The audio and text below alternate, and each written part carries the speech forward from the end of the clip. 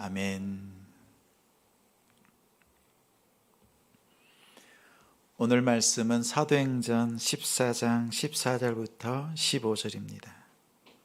사도행전 14장 14절부터 15절까지 신약 212쪽입니다.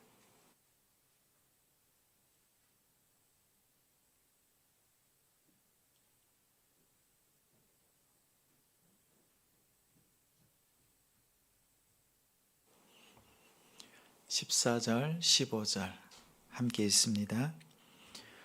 두 사도 바나바와 바울이 듣고 옷을 찢고 무리 가운데 뛰어 들어가서 소리 질러 이르되 여러분이여 어찌하여 이러한 일을 하느냐. 우리도 여러분과 같은 성정을 가진 사람이라. 여러분에게 복음을 전하는 것은 이런 헛된 일을 버리고 천지와 바다와 그 가운데 만물을 지으시고 살아계신 하나님께로 돌아오게 함이라.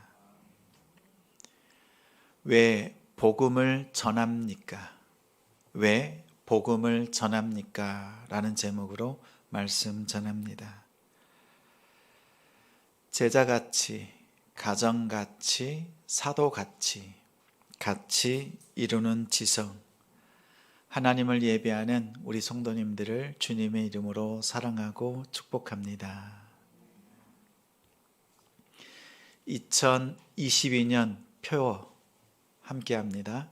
모든 것이 하나님의 은혜로다. 실천사항 3가지 함께합니다. 나를 부르신 은혜 나누기, 많은 수고에 겸손 더하기, 오직 주님께 영광 곱하기. 나누고 더하고 곱하는 믿음의 삶을 살아내는 우리 성도님들이 자랑스럽습니다. 제가 20대 청년 때 거지 전도 여행을 떠났습니다. 거지 전도 여행이란 한 푼도 없이 오직 복음만 전하는 여행입니다. 교회 청년들 20여 명이 휴가를 내고 거지 전도 여행을 신청했습니다. 출발하기 전에 교회 마당에 짐을 다 풀어놓고 살핍니다. 무엇을 살핍니까? 돈이 있나 없나, 또 먹을 것을 숨겨두진 않았나, 이렇게 살폈습니다. 그 누구도 한 푼도 가지지 않고 약 하나 준비하지 않고 아무것도 없이 그렇게 배낭을 메고 차를 탔습니다. 차를 탔는데 어디로 가는지도 알려주질 않습니다. 밤늦게 해가 지고 캄캄해졌습니다. 시골길을 한참 가더니 차가 멈추고 내리라고 합니다. 내렸습니다. 차는 횡하니 가버렸습니다. 이곳이 어딘지 어느 지역인지 모릅니다.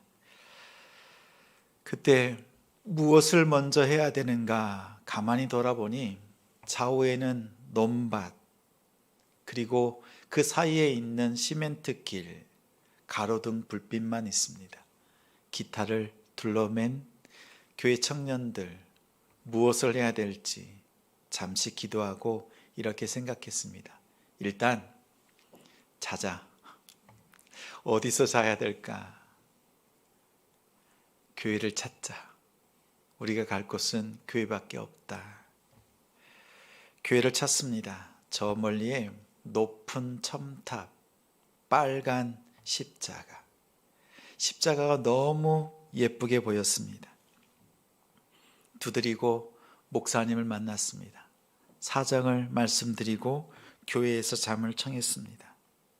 다음날 아침 그 교회 목사님을 통해서 교회의 사정, 그 마을의 사정을 들었습니다.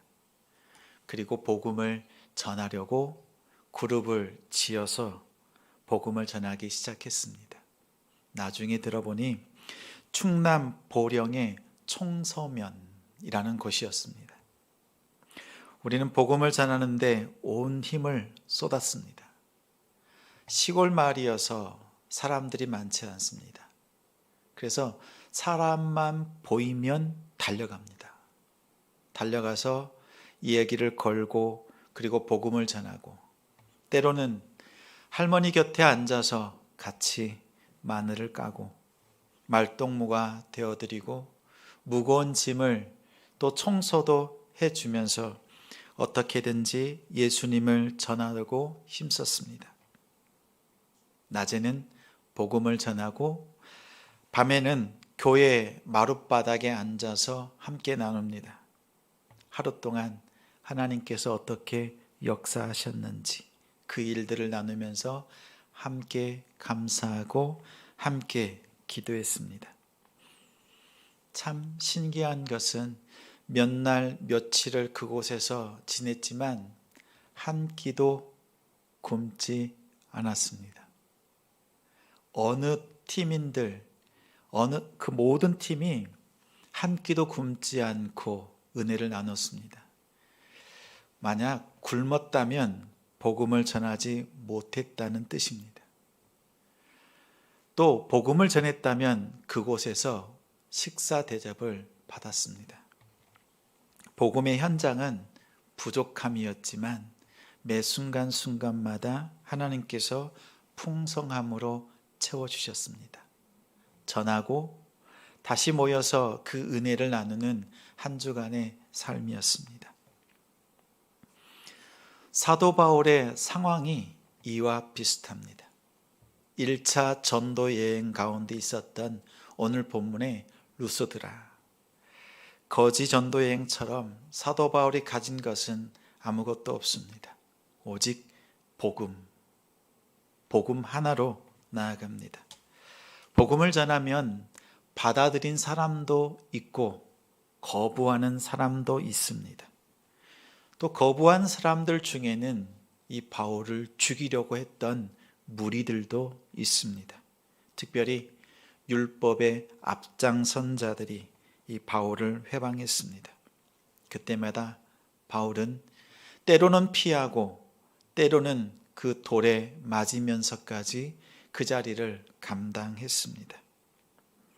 드디어 오늘 본문의 루스드라로 이동해서 도착했습니다. 다른 지역에 가면 항상 유대인들이 흩어져 있기 때문에 회당에서 말씀을 전했습니다. 루스드라는 이방 도시로서 회당이 없습니다.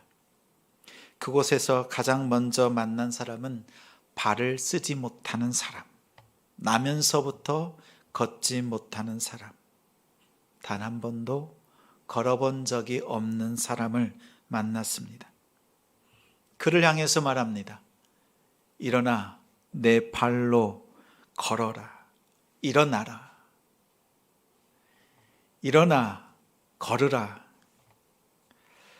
바울이 이 루스드라에서의 치유 사건을 통해서 전도의 문, 복음의 문이 활짝 열렸습니다.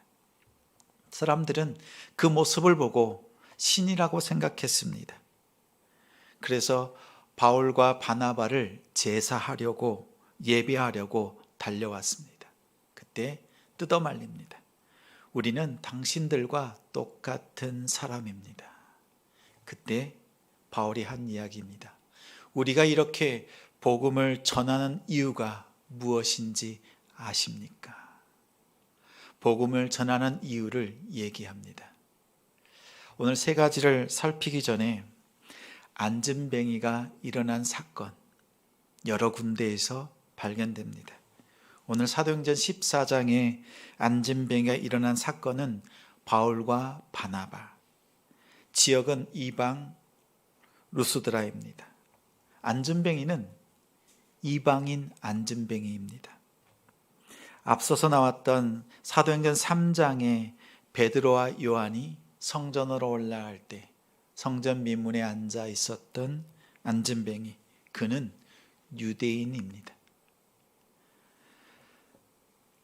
베드로와 요한이 은과 금은 없지만 내게 있는 것 내게 주노니 나사렛 예수 그리스도의 이름으로 일어나 걸으라. 그 놀라운 기적의 현장이었습니다.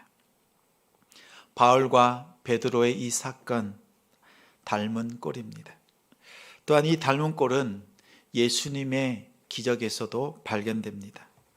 누가복음 5장에 중풍병자를 일으키셨던 예수님, 꼼짝 못하는 중풍병자, 그의 친구들 넷이 예수님께로 데리고 왔지만 예수님께 나아갈 수 없자 지붕을 뜯어서 매달아 내렸습니다.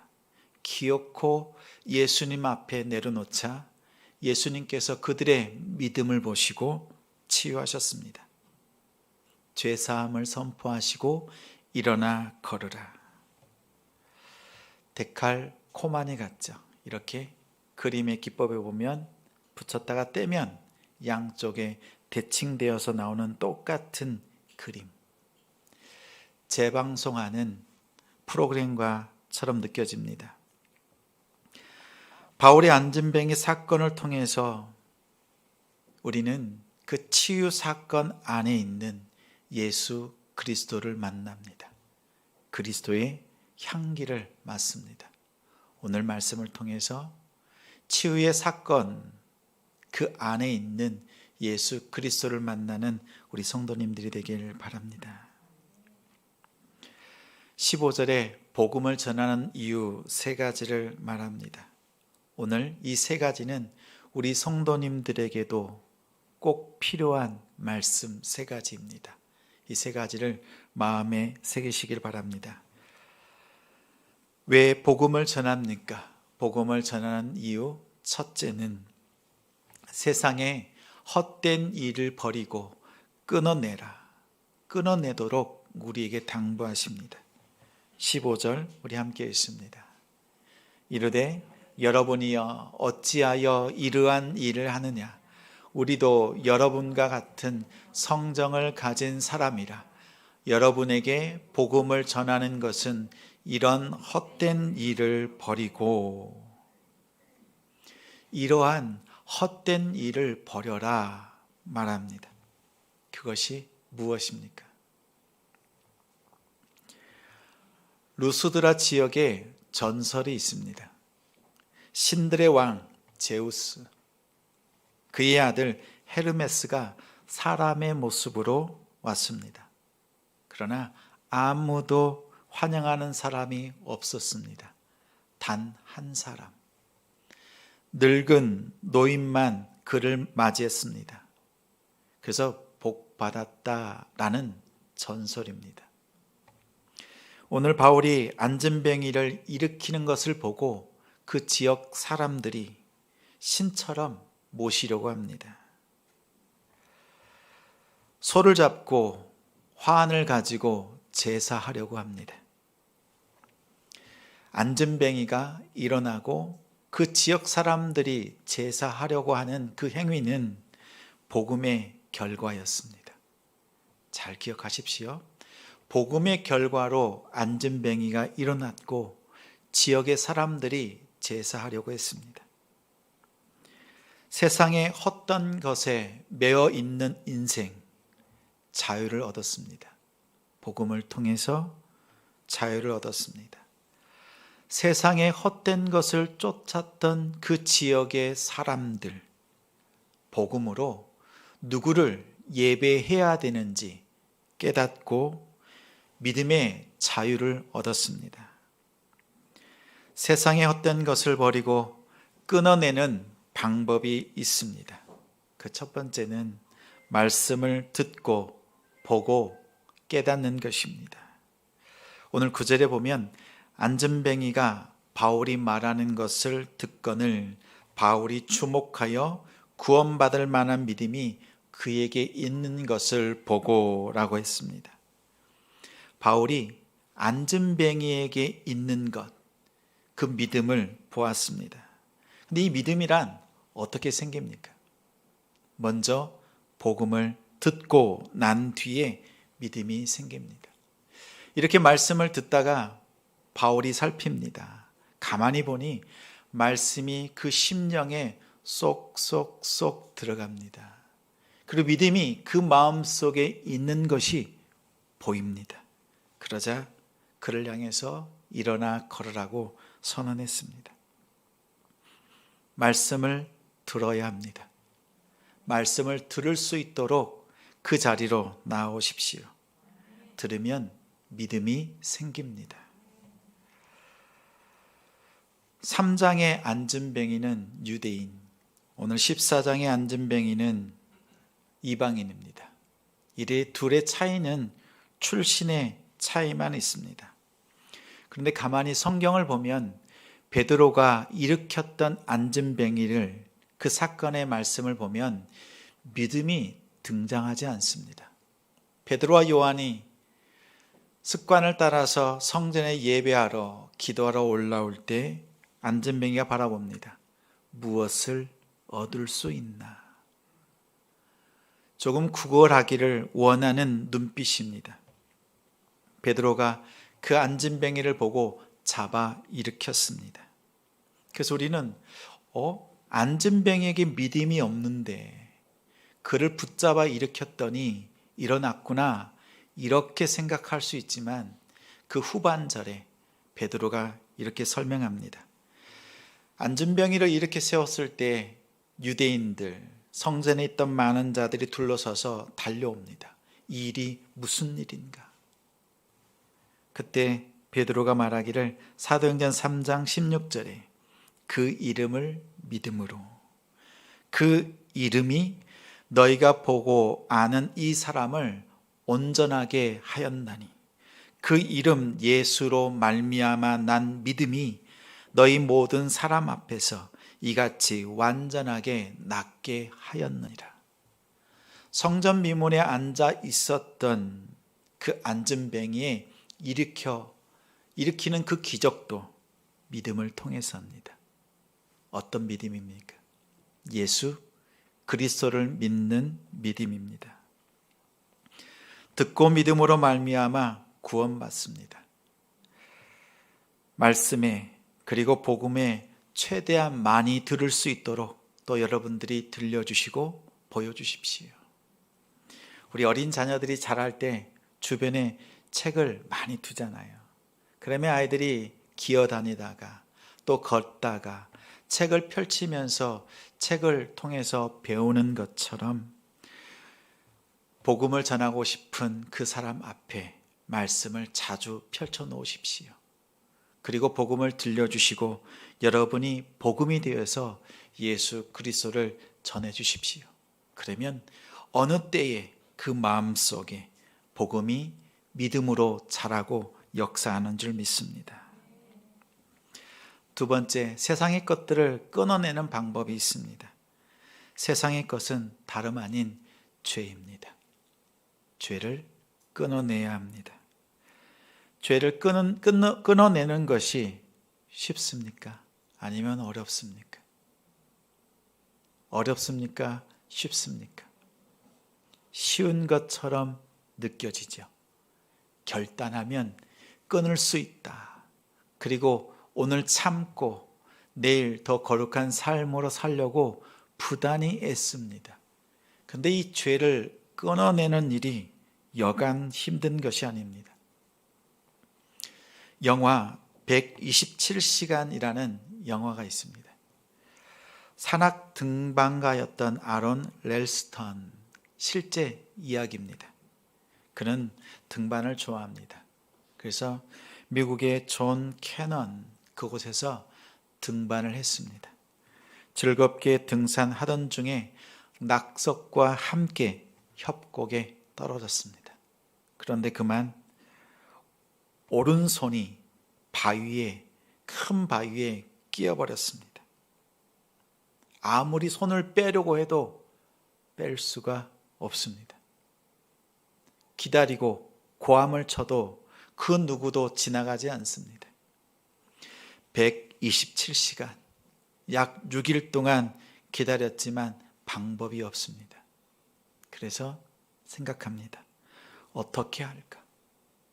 남아있는 힘으로 자신의 팔, 이 중앙을, 뼈를 온몸으로 꺾어서 부러뜨립니다. 그리고 가방 속에 있었던 자그마한 칼을 꺼내서 팔을 끊어내었습니다. 그렇지 않으면 죽을 수밖에 없기 때문에 그는 팔을 끊을 수밖에 없었습니다. 죄란 이와 같습니다. 여러분이 죄를 놓은 것 같지요. 아무리 놓으려고 해도 죄가 여러분을 꽉 붙잡고 있습니다. 죄를 끊어내는 것은 팔을 끊는 그 고통과 다름없습니다. 죄를 쉽게 보지 마십시오. 그러나 한 가지 기억할 것은 그 죄는 예수님께서 십자가의 보혈로 여러분의 죄의 사슬을 끊으셨다는 것 또한 기억하십시오. 말씀이 우리에게 선언합니다. 너희가 죄 사함 받았느니라. 너희가 죄 사함 받았느니라. 우리 성도님들의 오른손을 한번 꺼내 보십시오. 여러분의 손은 무엇에 끼어 있습니까? 여러분의 손을 꽉 붙들고 놓아주지 않는 그 무엇은, 그것은 무엇입니까? 여러분이 아무리 놓으려고 해도 여러분을 붙잡고 있는 그것, 물질입니까? 자녀입니까? 여러분 자신입니까?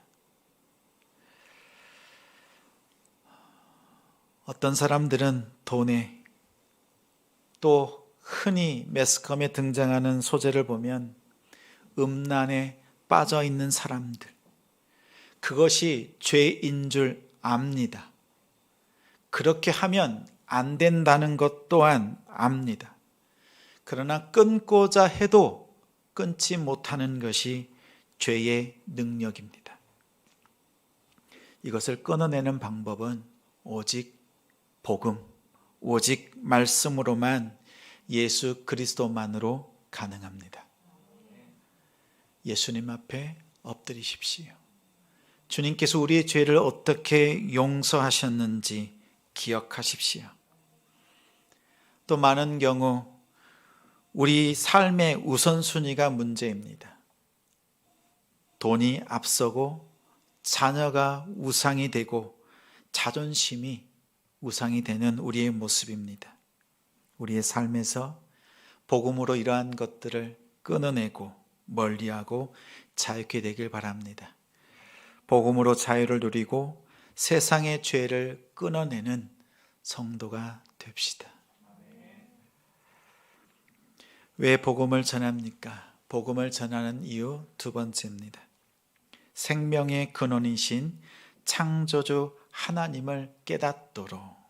우리 15절 말씀 우리 함께 읽습니다. 천지와 바다와 그 가운데 만물을 지으시고. 바이올린이 있습니다. 이 바이올린을 잘 아는 사람이 누구인지 맞춰보십시오. 1번 만든 사람, 2번 연주하는 사람. 어떤 사람이 바이올린을 잘 아는 사람입니까? 1번인가요? 2번인가요? 다시 여쭙니다. 그러면 여러분을 가장 잘 아는 분은 누구입니까? 여러분을 만드신 분입니까? 여러분의 인생을 연주하시는 분입니까? 하나님은 우리를 만드시고 여러분의 인생을 연주하시는 분입니다. 그분 앞에서 우리는 모든 것을 새롭게 할 수 있습니다. 죄 때문에 일그러진 우리의 모습들, 내 안에 그리스도의 형상이 보이질 않습니다. 찌그러져 있는 우리의 모습입니다. 찌그러진 플라스틱 물병, 그것을 펴는 방법이 있지요. 입구에 바람을 힘껏 불어넣으면 찌그러져 있던 그 물병이 쫙 펴집니다. 하나님께서 여러분의 영혼에 생기의 바람을 불어넣으셔서 하나님의 형상을 온전케 하실 줄 믿습니다. 하나님의 형상을 회복하는 길, 그 길, 아름다운 단어 3개가 있습니다. 3가지 단어를 오늘 말씀을 통해서 나눕니다. 먼저는 회개입니다. 회개. 하나님의 형상을 회복하는 방법. 죄를 통회합니다. 거짓말, 시기, 질투, 다툼. 내 속에 있는 죄악뿐만 아니라 삶으로 지었던 그 죄들을 하나님 앞에 내어놓습니다. 더 나아가 이러한 도덕적인 생각과 마음의 죄뿐만 아니라 나의 존재 자체가 하나님 앞에 설 수 없는 그런 존재라는 것, 죄인이라는 것을 깨닫고 통회하는 그 회개. 믿는 자들에게 필히 거치는 과정 꼭 있어야 되는 회개입니다. 두 번째 아름다운 단어는 회복입니다. 회복. 죄사함 받고 나면 죄사함 받은 그 심령에 하나님의 자녀가 되었다는 확실한 증거, 그 평강이 이루 말할 수 없을 정도로 밀려옵니다. 여러분이 예수님을 영접하셨습니까? 또 누군가 예수님을 영접했다고 말하면 이 2가지를 확인하면 됩니다. 정말 진정한 참된 회개가 있는가? 그리고 하나님의 자녀가 되었다는 그 평강, 그 회복을 누리고 있는가? 이 2가지를 점검하면 확실합니다. 3번째 아름다운 단어가 있습니다. 회개, 회복. 3번째는 회제. 제 이름은 모을회 있을제입니다. 어렸을 때 부모님께서 제 이름을 이렇게 지으셨을까? 모아서 있다? 아무리 생각해도 풀이가 되질 않습니다. 자라서 이 이름의 뜻을 다시 한번 은혜로 누리는 시간이 되었습니다. 모여 있다. 하나님의 성도들 함께 모여 있는 교회, 하나님을 예배하는 것, 이것이 이름의 뜻이 아닌가? 이렇게 생각했습니다. 그러면서 부모님께 얼마나 감사했는지 모릅니다.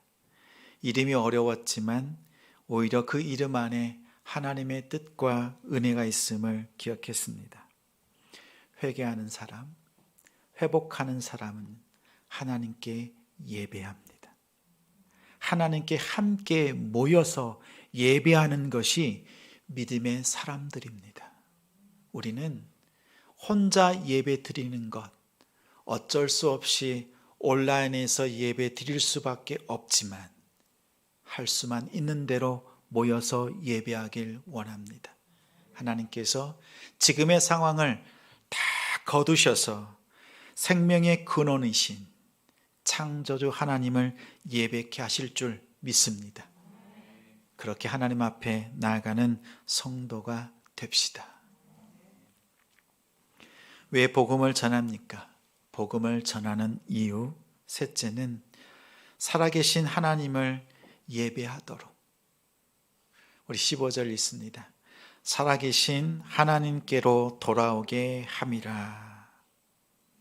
세상의 제사는 죽은 것들을 섬깁니다.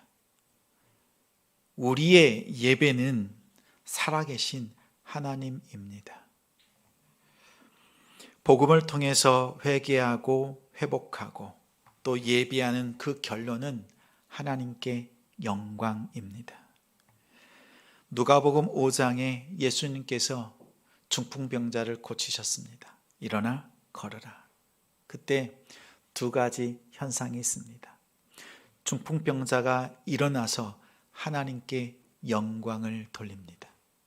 그 모습을 본 주변의 모든 사람이 하나님께 영광 돌립니다. 내가 하나님께 영광 돌려드리고 모두가 다 하나님께 영광을 돌려드립니다. 영광의 영광, 영광 곱하기. 이 아름다운 삶의 모습들이 있습니다. 마찬가지로 사도행전 3장의 안진뱅이 성전으로 뛰어들어가 하나님을 찬양합니다. 그 찬양하는 모습을 보고 주변에 있던 많은 사람들이 다 같이 하나님을 찬양합니다. 마찬가지로 오늘 안진뱅이가 온전하게 되었다는 것은 하나님께 나아가서 예배 드릴 수 있는 그러한 존재가 되었다는 뜻입니다. 오늘 사도행전 14장에 하나님께서 역사하셨습니다. 바울을 통해서 역사하십니다.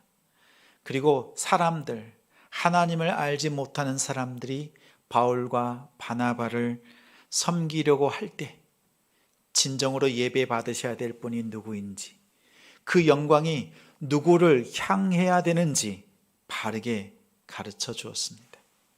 우리의 삶에 기도하고 말씀 가운데 하나님의 능력이 나타날 때 그 하나님을 소개하고 하나님을 보여드리는 우리 성도님들이 되시기를 바랍니다. 주의 기적은, 그 아름다운 일들은 경건한 자들을 통해서 이루십니다. 목사님이 대단해, 이렇게 말하면 안 됩니다. 목사님을 통해서 일하시는 하나님이 대단해. 그렇죠? 근데 어느 순간 기도하고 하나님의 역사가 나타나면 사람이 보여요. 그때 바울과 바나바처럼 하나님 앞에 자신을 낮추고 하나님을 높이는 것, 하나님이 드러나도록 섬기는 삶, 이것이 하나님께 영광을 돌리는 삶입니다. 모든 기회를 복음을 전하는 기회로 삼으시기 바랍니다. 우리의 삶에 안진뱅이가 너무 많지요. 많이 있지요. 예수 그리스도를 단 한 번도 예배하지 못한 이웃들이 허다합니다. 그들을 향해서 눈물로 기도하십시오. 그리고 어떻게든지 예수님께로 인도하고야만은 우리 성도님들이 되시기를 바랍니다. 여러분이 예수를 제대로 믿는 것, 그것이 첫 번째 하나님께 영광입니다. 그리고 여러분의 가족, 이웃, 친구, 동료들을 예수님을 믿게 하는 것, 그것이 두 번째 영광입니다. 이렇게 하나님께 영광과 또 하나님께 영광을 돌려드리는 우리 성도가 됩시다.